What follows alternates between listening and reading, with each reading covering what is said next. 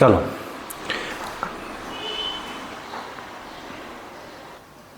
आज अपन लोग सीखते हैं, क्या सीखते हैं, pair of linear equation, pair of linear equation in two variables, ठीक है ना, इन टू वेरिएबल्स। आज अपन लोग ये नया चैप्टर सीखते हैं। ये क्लास 10th में एक चैप्टर आता है जिसका नाम है pair of linear equation in two variable, है ना। इसको सीखते हैं। इसके बेसिक कॉन्सेप्ट के बारे में बात करें तो पहली बात ये लीनियर का मतलब समझते हैं। लीनियर क्या होता है भाई? लीनियर मीन्स होता है भाई कोई भी ऐसी चीज़ हो जो एकदम बिल्कुल स्ट्रेट हो, है ना। लीनियर मीन्स होता है स्ट्रेट, है ना। क्या होता है? स्ट्रेट मीन्स होता है बिल्कुल सीधा। क्या होता है? सीधा, एकदम बिल्कुल सीधा, एकदम लीनियर टाइप में जाना चाहिए, ठीक है ना, पहली बात। और दूसरी बात भाई क्या होना चाहिए, अगर हम अलजेब्रिक एक्सप्रेशन की बात करें ax + by और इक्वल टू c अगर मान लेते हैं ये कोई एक्सप्रेशन है, तो इसमें जो वेरिएबल है x एंड y, इसकी मैक्सिमम पावर क्या होती है? 1। अगर 1 होगी तभी अपन लोग इसको क्या कहेंगे? लीनियर कहेंगे। मेरी बात समझ में आ गई, है ना।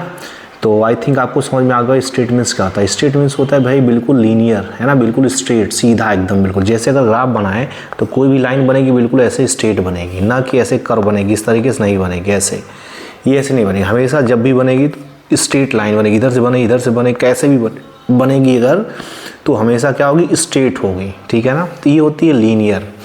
अब भाई क्या रहे, लीनियर इक्वेशन की बात करते हैं, है ना। किसकी बात करते हैं? इक्वेशन। एक वर्ड आता है इक्वेशन। इक्वेशन क्या होता है भाई कि भाई अ स्टेटमेंट दिया हुआ है, a statement of equality of two algebraic expression which are involve one और more than unknowns quantities as known as equation. For example suppose करो भाई हमने ऐसे ले लिया ax + by equal to c, ठीक है ना।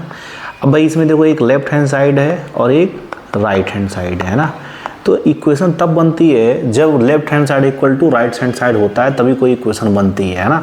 अभी डिपेंड करता है, एक छोटा सा एग्जांपल लेते हैं, 2x + 3y इक्वल टू -5। अब तुमको दिख रहा है भाई एक अलजेब्रिक एक्सप्रेशन में दो वेरिएबल हैं। कितने वेरिएबल हैं? दो वेरिएबल, x और y क्या है भाई? वेरिएबल है। मेरी बात समझ में आ रही है ना। बीच में कोई एक इक्वल का साइन है, इक्वलिटी है, और इधर भी एक जो है कांस्टेंट की वैल्यू है। तो इसका मतलब एक चीज़ समझ में आता है कि अगर कोई भी इक्वेशन बनती है तो उसके इक्वेट करके कुछ न कुछ लिखा होना चाहिए, चाहे वो प्लस में हो, माइनस में हो या जीरो भी हो सकता है, कोई दिक्कत नहीं है। तो ये होता है इक्वेशन। अच्छा, हम लीनियर इक्वेशन की बात करें तब लीनियर इक्वेशन क्या होता है भाई? लीनियर इक्वेशन मतलब ये हो गया भाई कि एक ऐसी अलजेब्रिक एक्सप्रेशन जिसमें एक या दो वेरिएबल हो, उसकी मैक्सिमम पावर कितनी होनी चाहिए? 1, है ना। और मिनिमम पावर तो बात ही, मिनिमम पावर क्या है? मैक्सिमम मिनिमम दोनों मतलब एक ही है। तो मैक्सिमम भी 1 होना चाहिए और मिनिमम भी 1 होना चाहिए, तभी वो लीनियर इक्वेशन कहलाता है। अदरवाइज वो क्वाड्रेटिक बन जाएगा। पावर 2 हो जाएगी तो क्वाड्रेटिक बन जाएगा। मेरी बात समझ में आ रही है। तो उसको लेट करके मानना पड़ेगा, तो वो लीनियर नहीं रहा फिर तो। मेरी बात समझ में आ रही है ना। तो लीनियर इक्वेशन एक दूसरे टर्म में कहा जाए तो an linear equation in which maximum power of variable is 1 is called linear equation. For example 2x + 3 is equal to 5। मेरी बात समझ में आ गई। ये क्या है? एक लीनियर इक्वेशन है। अब क्या है भाई? टू लीनियर इक्वेशन क्या होता है भाई? ये बताओ। टू लीनियर इक्वेशन तो जैसे मैंने अभी ये थोड़ी देर पहले लिखा है 2x + 3y इक्वल टू 5, ऐसे हम मान लेते हैं 3y + 4x इक्वल टू 6। तो ये तुमको दिख रहा है, ये अगर दो इक्वेशन ऐसे साथ में जाती है तो इसको बोलते हैं two linear equation in two variable. अब इसी को लेकर के पूरा चैप्टर बना हुआ है। अच्छा, इसका मतलब क्या गया? इसको ज्योमेट्रिकल फिगर में समझे तो अगर दो इक्वेशन होगी, ठीक है ना, दो इक्वेशन होगी, ये यहाँ से देखो, ये दो अगर इक्वेशन होगी x एंड y अगर ऐसे दिया हुआ है तो ये दो लीनियर लाइन होगी। मतलब ये कि अगर हम क्वाड्रेंट बनाएं तो क्वाड्रेंट ऐसे भी हो सकता है और ऐसे भी जा सकता है ना। तो हो सकता है कोई जंक्शन पॉइंट हो जाए और तुमको नहीं तो ग्राफ ऐसे भी मिल सकता है, इधर से कोई लाइन जाए, इधर से जाए, हो सकता है पैरेलल जाए, हो सकता है इंटरसेक्ट करे, हो सकता है कि भाई एक ही के ऊपर दूसरा ओवरलैप कर जाए। मेरी बात समझ में आ रही है ना। तो ये ऐसे भी हो सकता है। तो जो जितनी भी इक्वेशंस होती हैं वो इक्वेशन क्या होता है भाई? ऐसे लीनियर, उतनी लीनियर लाइन देगा। कहाँ पर? ज्योमेट्रिकल फिगर में। मेरी बात समझ में आ गई कि नहीं आ गई? चल, तो आपको एग्जांपल समझ में आ गया, है ना। अच्छा, graph of linear equation in two variable क्या होता है? जैसे लेट करो भाई हमने ले लिया graph of sorry graph of linear equation in two variable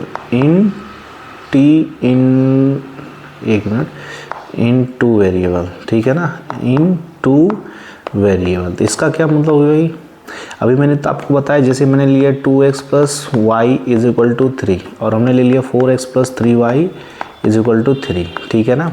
तो यहाँ से कुछ एक एक्सप्रेशन बनेगी, मान लो y इक्वल टू लिख लेंगे 3 माइनस 2x। यहाँ से क्या लिख लेंगे भाई, देखो इधर y मान लेते हैं तो ये उधर जाएगा भाई, तो 3y is equal to 3 minus 4x और y इक्वल टू क्या आएगा भाई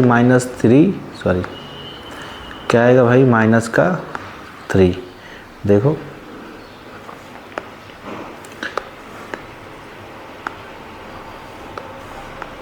क्या जाएगा भाई बताओ, हमने ये 4x को उधर ले गया, माइनस हो गया, y इक्वल टू आ गया भाई 3 माइनस 4x और अपान 3 आ गया। तो देखो इसका कुछ वेरिएबल आएगा कि नहीं आएगा। एक ऐसे टेबल बनाते हैं, है ना, इसको ऐसे टेबल बनाते हैं, ये x हो गया और ये y, ठीक है ना। तो x की वैल्यू पुट करोगे तो y की वैल्यू तुमको निकलती चली जाएगी। फॉर एग्जांपल x की वैल्यू अगर 0 रख दोगे तो y की वैल्यू क्या आएगी 3 और x की वैल्यू 1 रख दोगे तो y की वैल्यू 1 आ जाएगी। x की वैल्यू इसमें देखो, x की वैल्यू 2 रखोगे तो 2 इंटू 2 4 माइनस 3, तो x की वैल्यू अगर 2 रखोगे तो y की वैल्यू -1 आएगी। बात समझ में आ गई। सिमिलरली इधर भी ऐसे बनेगा अपने पास एक डायग्राम, इधर x और इधर y। तो अगर x की वैल्यू 0 रखोगे तो y की वैल्यू क्या आएगी भाई 1। अच्छा x की वैल्यू अगर 2 रखोगे तो 4 2 जा 8 माइनस 3 5 आ जाएगा। क्या जाएगा 5 आ जाएगा। अच्छा 3 रख देंगे तो 3 4 जा 12 माइनस 3 9 और 3 3 जा 9, है ना। अगर हम 3 रख दें तो इसकी वैल्यू माइनस का 3 आएगी। मेरी बात समझ में आ रही है। ऐसे देखो दो ये बन गया। अगर इसका ग्राफ बनाओगे तो ऐसे, ये x एक्सिस है, यहाँ 1 हो जाएगा, यहाँ 2 आ जाएगा, ठीक है ना। इधर 1 आ जाएगा, इधर 1 आ जाएगा। ऐसे देखो इसका बनाओ तो पहला है इसका 0,3, तो 0,3 यहाँ कहीं 3 आ जाएगा, ठीक है ना। तो ये हो गया 0,3। मेरी बात समझ में आ रही है। दूसरा है 1,1, तो 1,1 ये देखो इधर मिल रहा है, तो यहाँ हो गया भाई 1,1, ठीक है ना। अब यहाँ पर 2,-1, तो 2 इधर है और 1 इधर है, ठीक है ना। तो ये मैंने एक रैंडम ले लिया था 2,-1, ठीक, तो रैंडम ले लिया। तो ये जो इक्वेशन बनाओगे ये ऐसे बन गई बिल्कुल। ये मैंने एक रैंडम फॉर्म लिया था। तुम हो सकता है कि तुमको कोई ऐसी इक्वेशन मिले जिसमें पूरी स्ट्रेट लाइन बन रही है इस तरीके से। सिमिलरली इधर से भी तुमको एक स्ट्रेट लाइन बनेगी। आई थिंक आपको बहुत अच्छे समझ में आ गया होगा, ठीक है ना। ठीक है, तो ये आपको बहुत अच्छे से समझ में आ गया होगा ना। ठीक है, अब बात करते